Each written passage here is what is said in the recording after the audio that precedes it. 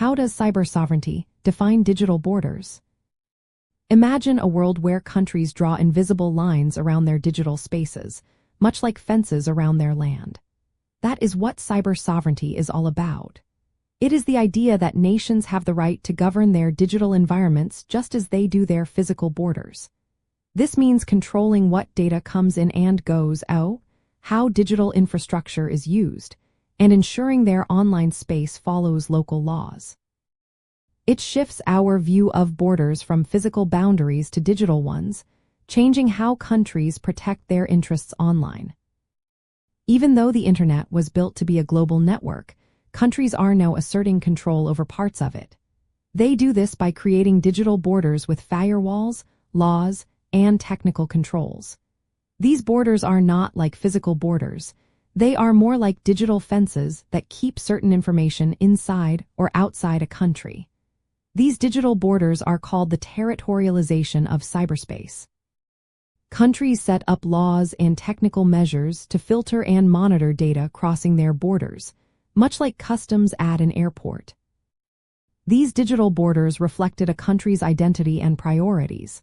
They often aim to protect national security, economic interests, and cultural values. To do this, many nations build local data centers and cloud services that keep data within their borders. They also create strict data protection rules to govern how data is collected, stored, and shared. Governments work with private companies to improve cybersecurity and digital infrastructure, making sure their digital borders are secure and resilient. But there are ethical questions involved.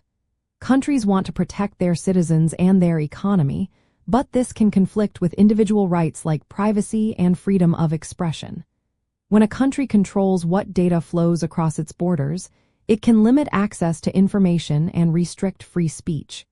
This creates a tension between national security and personal freedom. Politically, cyber sovereignty is a way for countries to reassert their power in the digital world.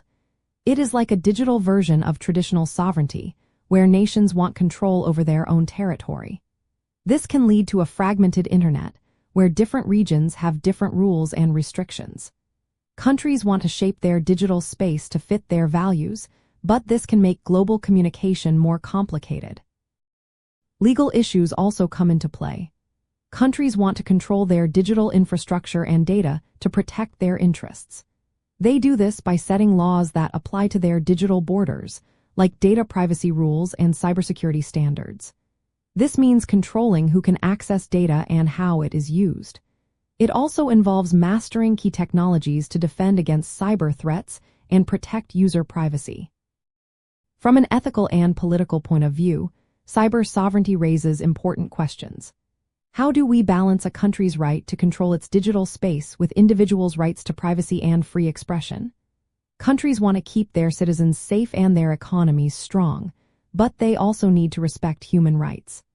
The challenge is to find a way to define digital borders that protect national interests without sacrificing personal freedoms. As the digital world grows, these questions will only become more important in shaping the future of the internet and global cooperation.